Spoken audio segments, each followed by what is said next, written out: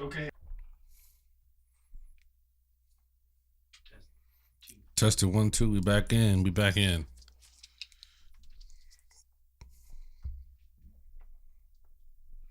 All right, listen, tech difficulties, man. This was the first time in 51 episodes that we had a glitch during. Yep. First time we had a glitch during the broadcast, so we ain't even mad. You know, we ain't gonna get the devil any any victory. Just jumping back into my thought about my main objective with going with this segment that we call "Hold This L, Fam." Yeah. All right. And my objective again is musicians. I mean, I want to encourage you to keep putting music in your bag. Yeah. Keep putting music in your bag, expand your bag. Don't just rely on the set list where you play for your source of music to go in your bag, man. Yeah. Your set list where you play, it might not, include hymns. Yeah. Based on your situation. It might not include anthems. It might not include certain people's music, such as Hawkins, such as Smallwood, such as even someone like a Thomas Whitfield. It might not include that. So I encourage you to keep putting music in your bag. Keep putting music in your bag, because then, it'll be hard. If you keep putting music in your bag, it'll be hard for you to run into a church or gospel situation that you are not prepared for. Yeah, yeah, and I would even go so far as to say, expand your musical library. Yes, sir. Don't just listen to one if you don't have an issue with it. I would say try even listening to different genres of music to expand your thought processing of how chord structures are thought about. One of the greatest, I think, to really listen to is Quincy Jones. A lot of what he did, his earlier works, you have different ways and different art, how people express their art from the 70s, from the 80s. Yeah. From the 90s, you can learn something from everyone. I would even go back, musicians, church musicians, and listen to was it Jimmy Smith? Go back and listen to some of his old stuff, man. He was amazing. But one thing I learned from him is how to use that percussion. Yeah. Jimmy Smith, obviously Billy Preston. But you can even go back even further to a gentleman by the name of Alfred Bolden. Ooh, yeah. Like a lot of those guys, like percussion was it. Yeah. Like they used that percussion because the drummers didn't have it like that back in the day. All you had was them and the drummer. So all they needed to be able to do what they need to do. Yeah. Now, here's something interesting. And I'm gonna put this in. I'm probably gonna put this in the chat. How many of us that play organ? How many of us have ever ventured to the presets? Oh wow, bro! Very seldom. Very seldom. How many of us have ventured to the presets to understand that there are presets on the Hammond that replicate the pipe organ? You know who's good at that? Troy. Oh, yes. He was the first one that told me about it. I was like, yo, you spent too much time on this machine, bro. Troy, shout out to Troy Chambers. Troy Chambers, brother. Shout out to Pastor Darren Miller. Yes. Right. He's also one that uses those presets. Is. Shout out to Darren Miller. Yes. Go ahead. They did what's his name, going home service it was at Mount Airy Church of God. What's our back in the day? Morris? Oh no, you said back in the day drum. Away. Oh, used to drive a little Neo G. Oh man. Nate. Yes. Nate. I think it was Nate's going home service. Okay. And it was 4 women and 1 brother up there, and Darren Miller jumped on that organ, and they did "Oh, I Want to See." Look upon his face, boy. Yeah. Woo! Woo! Yeah. Shout out to Miller, man. Yeah. Pastor Darren Miller. Yeah, he could just flat out play. He can flat out play. Yeah, Especially yeah, Kojic, yeah. him. Those Kojic hymns, Wayman. he could just flat out play. Wayman Pels, you brought up Mount Airy, so that brought up a name for me, Jay Joseph. Yeah, Credit. for real. Jay Joseph, yeah. Yeah. And to my knowledge, he's still involved in the Kojic, one of the districts of Kojic. Mm-hmm. I don't know if he's like playing every Sunday, but yeah, he's still around, just kind of hiding in plain sight, to my understanding. But yeah, guys like that, obviously Uncle Stephen Ford would be another one. Yeah. I could keep going with names. On a I good do. day, Jimmy Short. Yo, Yes. Jimmy Like, is he's definitely. that's a whole different conversation. Yes. There's certain things. That's a whole different segment. Yo. Yeah, It's a whole different That's a segment. whole different segment. That I segment love would Short, be- man. They have earned the right to do what they do. Yes, sir. How they do. Like me personally, if I'm a bass player, I'm not playing with Jimmy Short. yeah. Mhm. No, you don't need to. I'll just be honest. No, Like you just don't. let him have it. Just let him Yep. have Yeah. it. Let him do his own thing. Yeah, let him especially have if it. The organ's good enough with his own bass. Yeah. There's certain organists that have their day, their lane, Mm-hmm. and they just don't need a bass player. It's Yeah. going to throw them off. Yeah, Yeah. Yeah. I would get nervous if I see Jimmy Short on the organ and one or two keyboard players, bass, guitar. I'm kind of nervous for the sound. Mm, Yeah. Not because somebody's bad. It's like putting Dr. J out on the floor now with a Sixers team. Like, right. Mhm. You don't really know where Jimmy's going. Yeah, So you yeah. would. Why try to? Yeah. You know, And you want to give anticipate him that. room. You want Yeah. to give him Yeah, room. just give him room. Yeah. You want to give him room.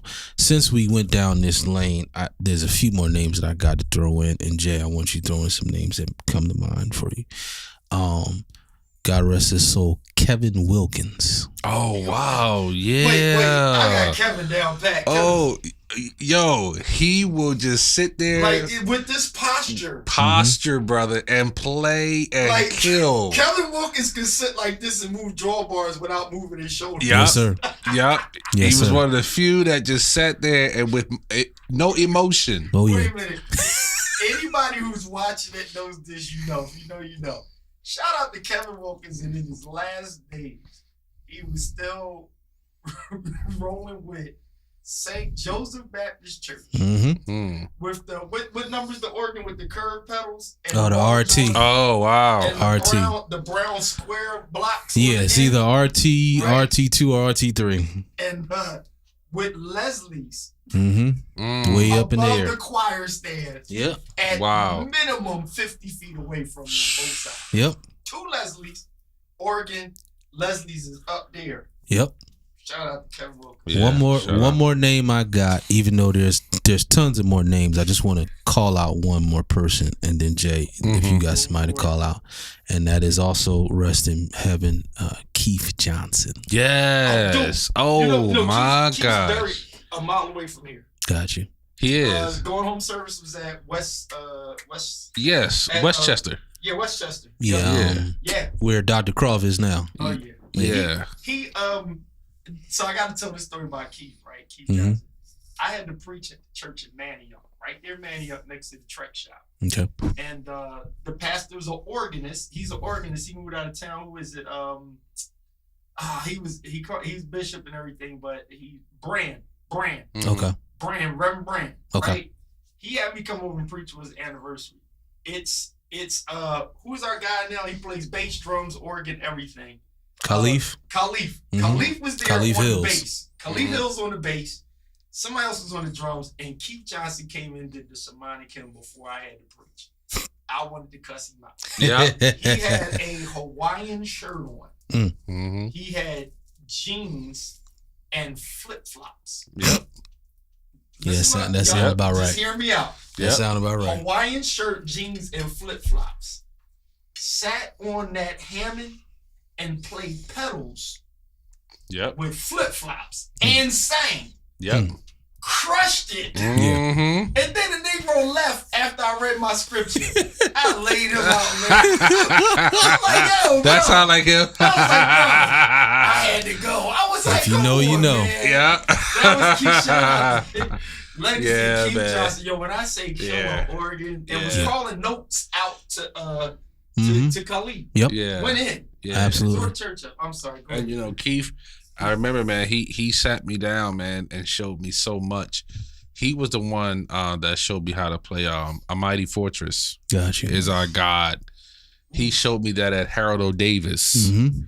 Church. Which is now a different name, but Yeah, but I at the remember. time it was called Harold O. Davis. yeah. Don't know what his name. Yeah, I know. That's what I know it as. I don't know what it is right now. We definitely do. No pun But intended. yeah, you know, but Sorry, he Scott. was so awesome, man. Yeah. But another guy that I have to give kudos to, man, that you know he don't get enough.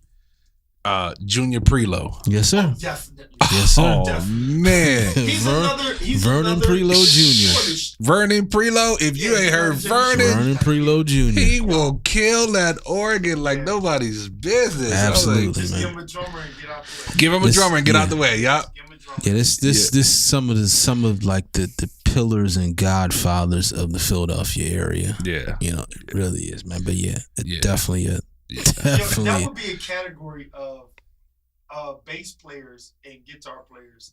When these people approach the organ, you may now take a break. Yeah. And nobody's That's gonna the be truth. Yep. offended. You may now take a break. Yes. That's the for real truth, man. Yes, sir. We have, But listen, I hope everybody, even though we had a little break, I hope everybody enjoyed this new segment. Because, of course, there's many more songs. I believe that was Dan that brought up another song.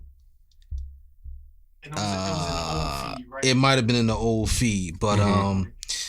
shout out to Uncle Al Ingram, rest in Yes. heaven. Yes, for sure. It's too many of us musicians that don't know how to play the intro to "Let's Just Praise the Lord." Mm. Mm. Yeah. We don't know. Yeah. Wow. Don't know that joint, huh? Yeah. What note to start on? Another title. Right.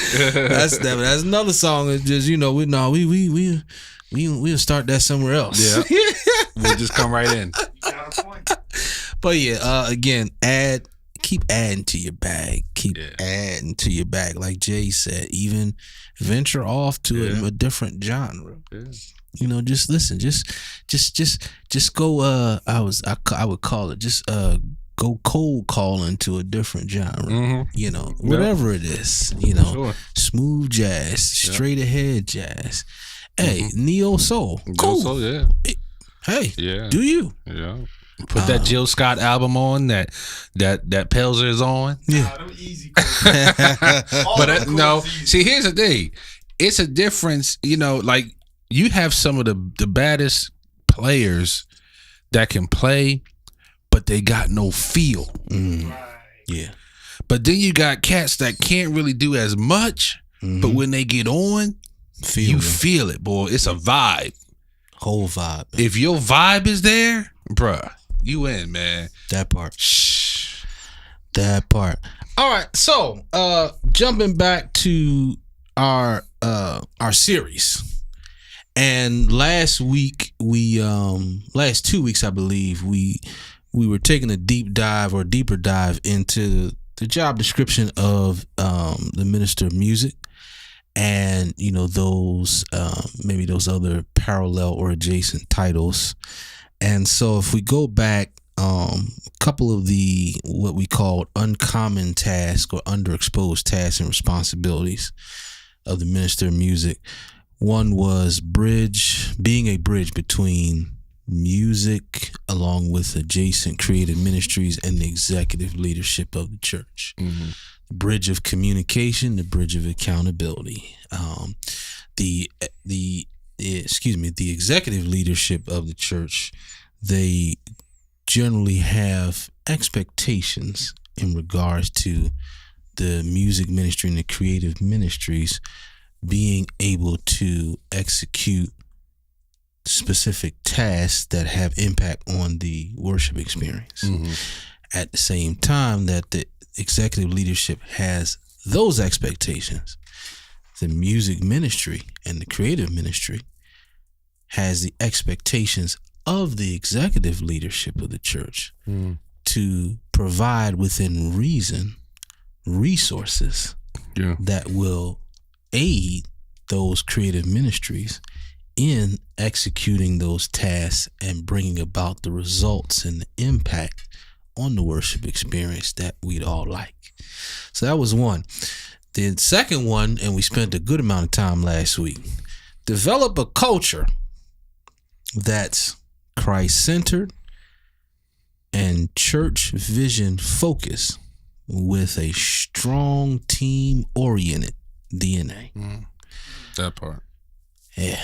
Culture, man. It is a difficult word to embrace, a difficult concept to embrace in ministry, it seems like. Yeah. You know. Now, I want to add to this list. We're kind of building it as we go. But in terms of, again, some uncommon or underexposed tasks and responsibilities that fall on the minister of music, Julian had offered this this title or role as possibly a go-between, creative director. I like that. I really like that. So I also want to encompass that as well. Now, we spoke a little bit about this, and Jay, I really want your thoughts here. We spoke a little bit about this last week.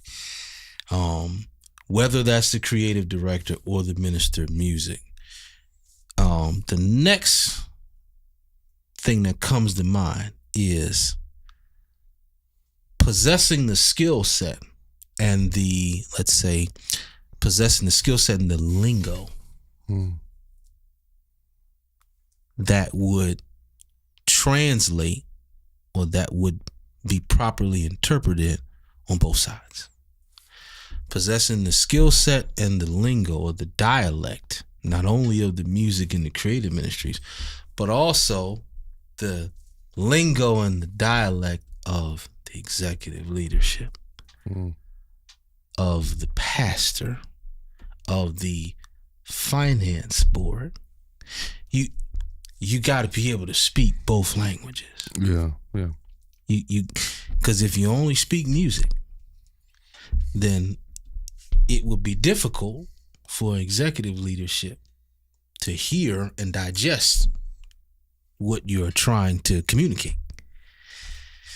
But if you only speak spiritual and business, then how can you connect with the music and the creatives? Jay, your thoughts? You know, I would think that's very difficult to find someone that will be able to connect with even 3 or 4 of those.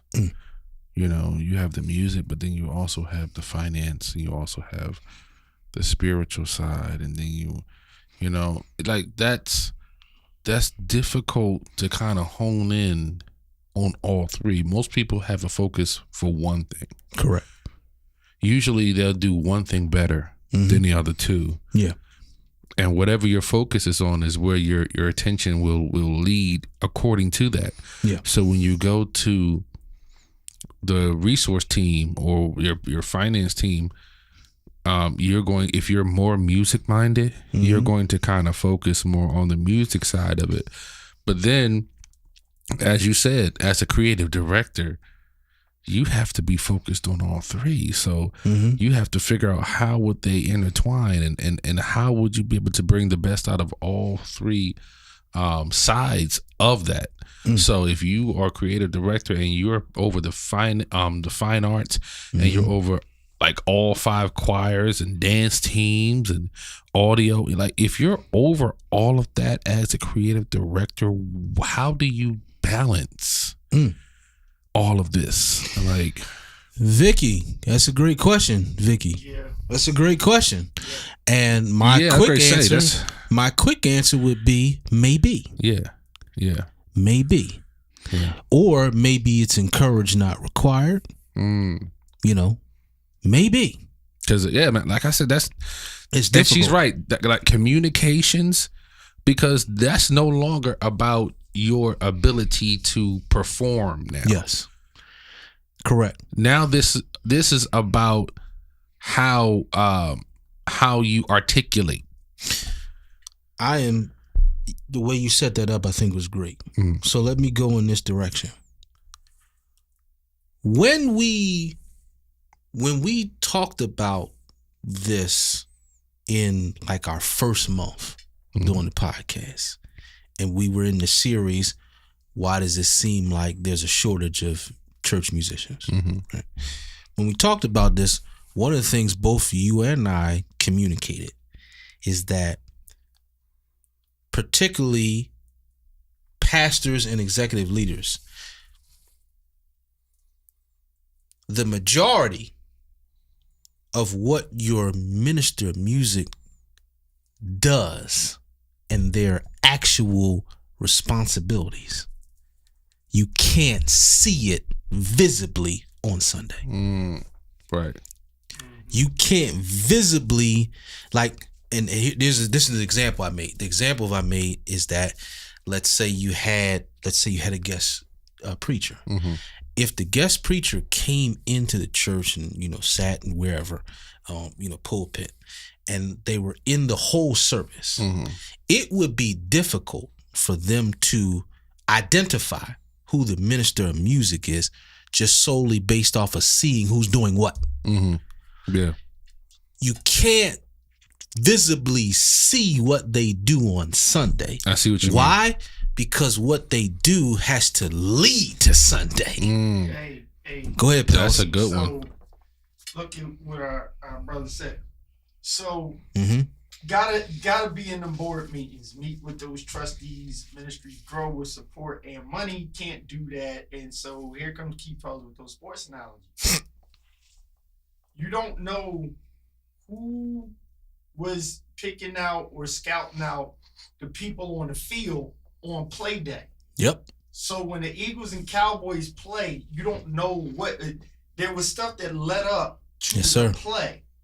And this is what I keep saying, churches, and it starts from leaderships, right? There's no pastor that should be in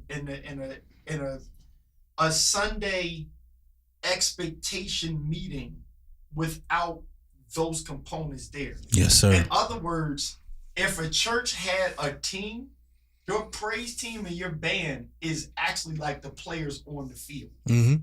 Honestly, right? Honestly, they are. Yes, sir. The church dynamic is what it is. The word of God is paramount. And something else, I don't know if you're bringing up today or if it's coming up another time, about how to do service, right? And then you have to be in with your team to know how to call the audible. Yeah. And yes, us pastors, we have an obligation to bring the word of God. There's a way to summarize your 50-minute sermon based on the service went left in a good way. You didn't know somebody was going to still be at the altar for about 20 minutes, and you don't disrespectfully want to pull them off the floor while they're there.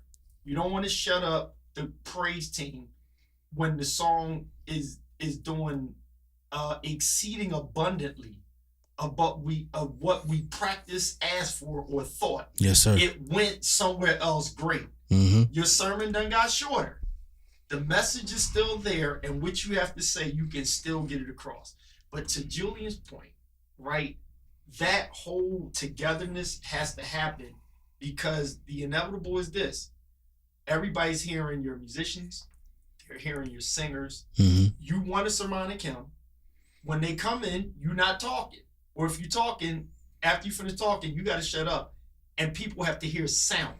Yes, sir. And when they hear sound, you cannot, the result that you're looking for, you have to plan for it. And we really have to stop filling in the blanks on Sunday.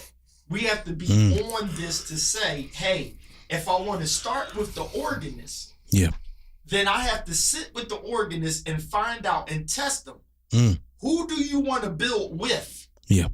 Right?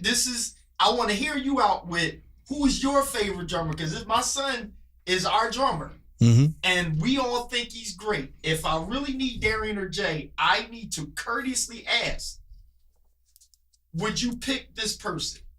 Or if you need your cousin, and you don't want to get rid of my son. How do we build and grow this so that they both are able to minister? Yes, sir. You have to bring them to the table. If not, you just drafting somebody that don't want to play with the rest of the team.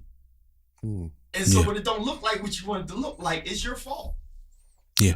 I'm helping some of y'all. Well, if I could say something real quick, go for it, Jay. You know, I think it's really I think in most preachers or pastors and most people's eyes, it's tough to pay for spiritual gifts.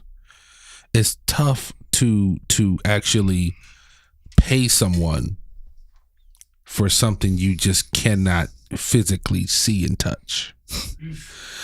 If like, think of it like this: if a prophet came up to you and said, "I give you a word for $50." You'd be like, "Okay, something wrong with you. Get away from here."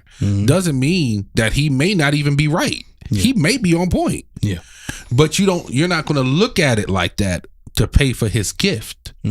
Same way that most think about musicians. Now, let's say this: you have a room, and you want me to build a 10-foot wall as a contractor in this room. I'm going to charge you $1,000, and you'll pay that $1,000 because you can physically see it and touch it.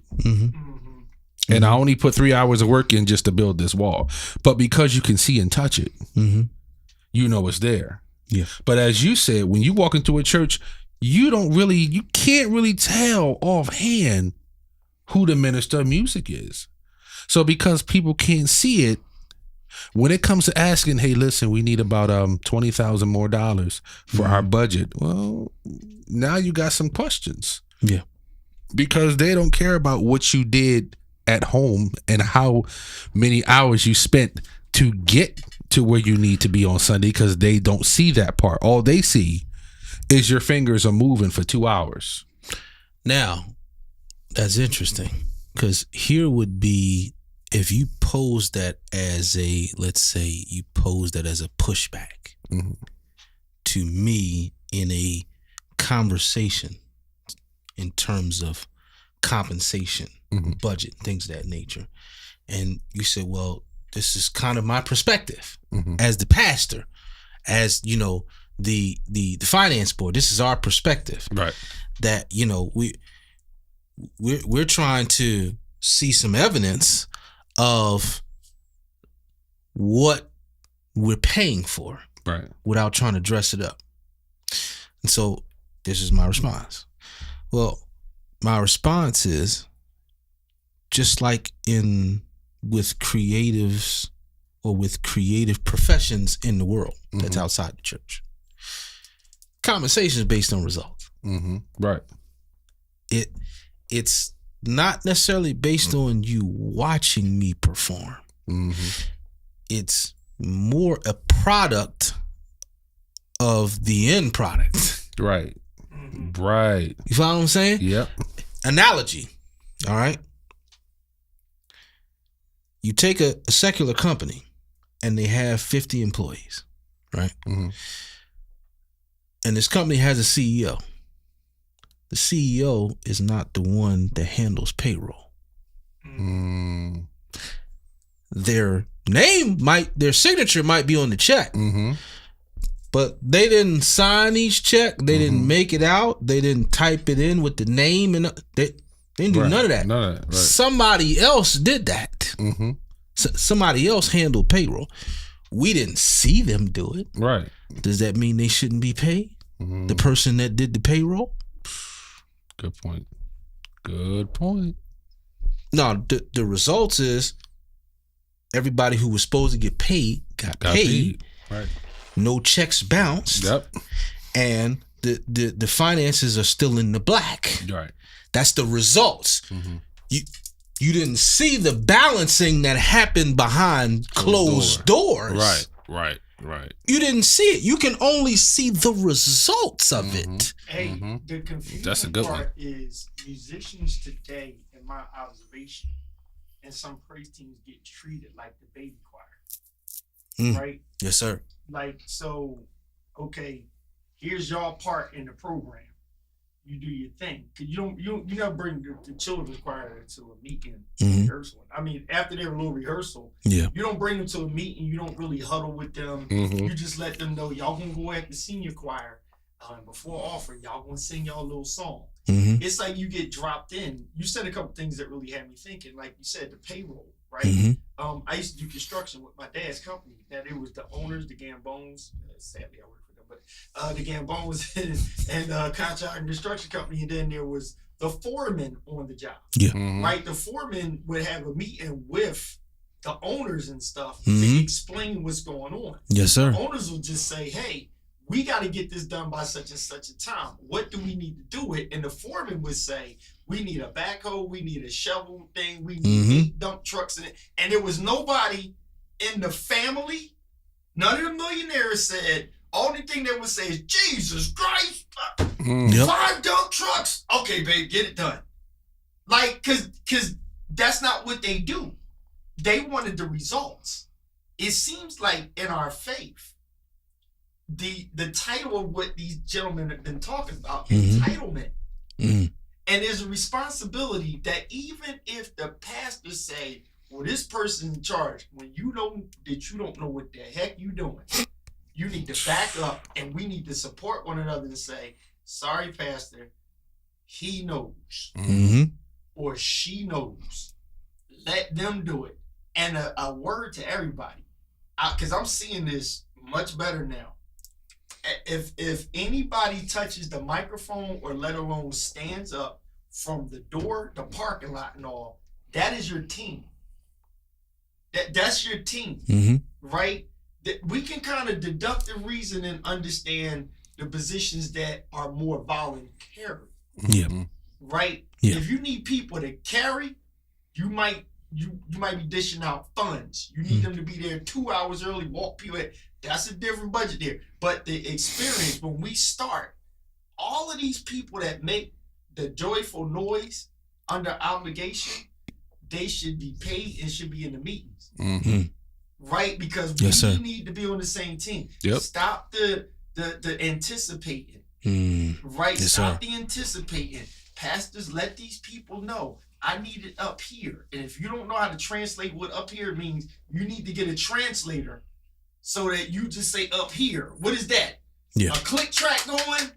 Or do you need it toned down? Mm-hmm. Because I done preached a couple times and people think Sermani Kim got to be some draggy behind song. Yeah. Right.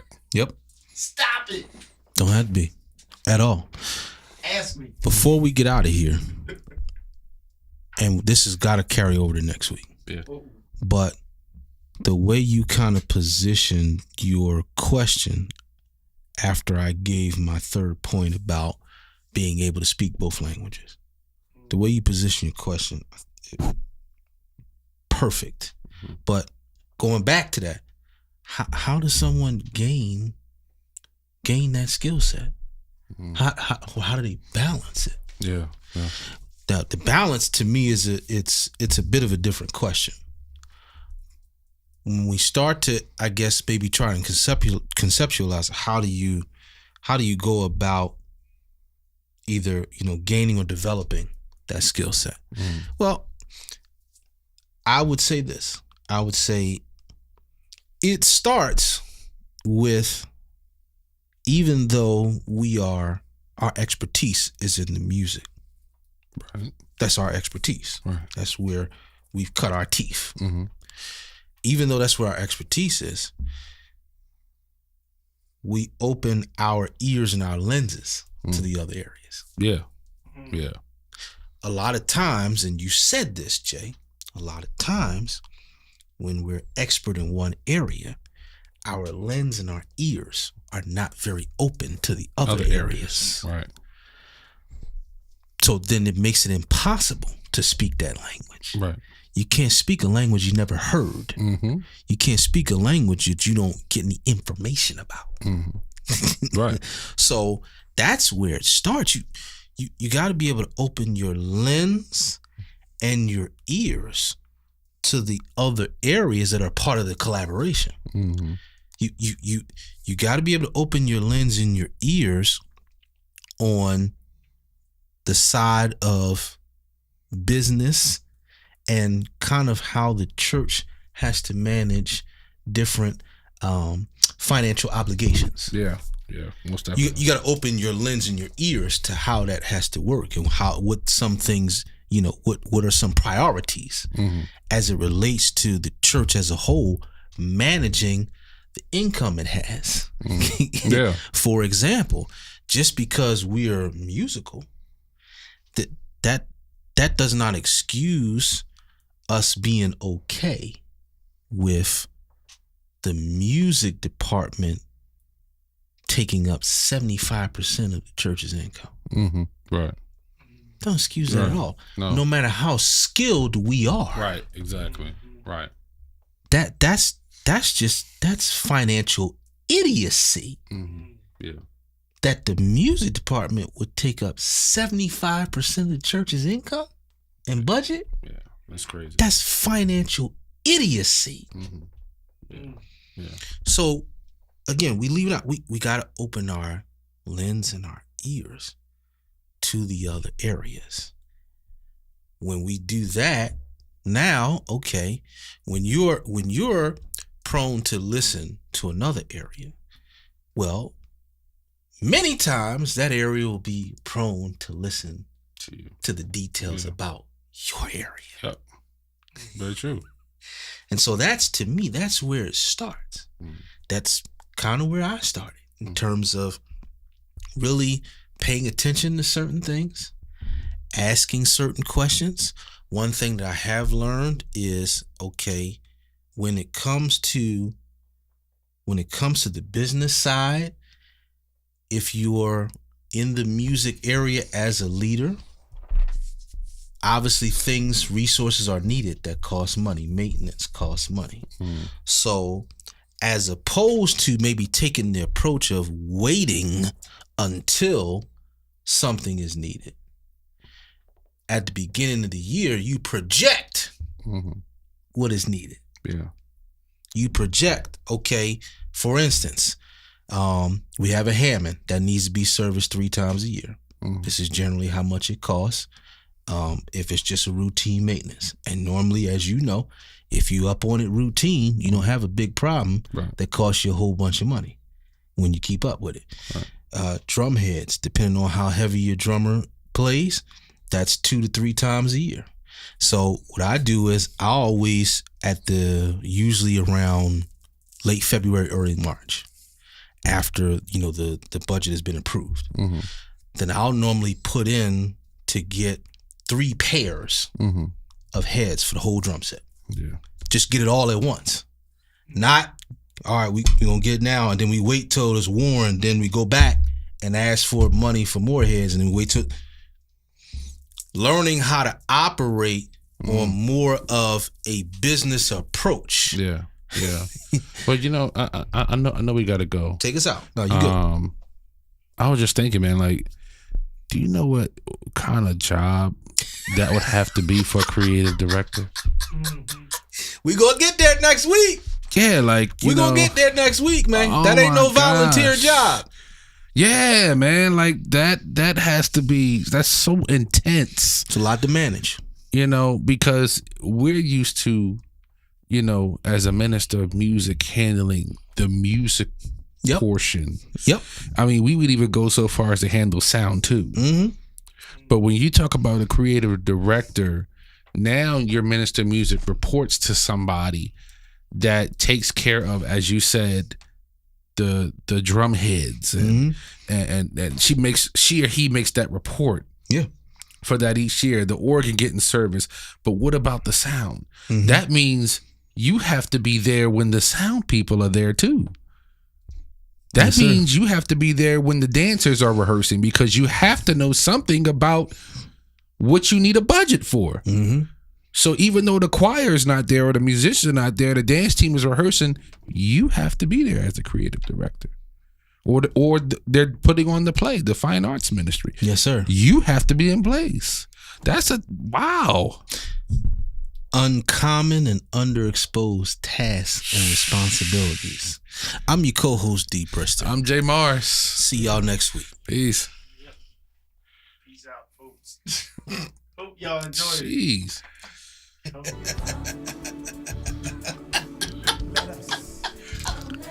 Goodness gracious.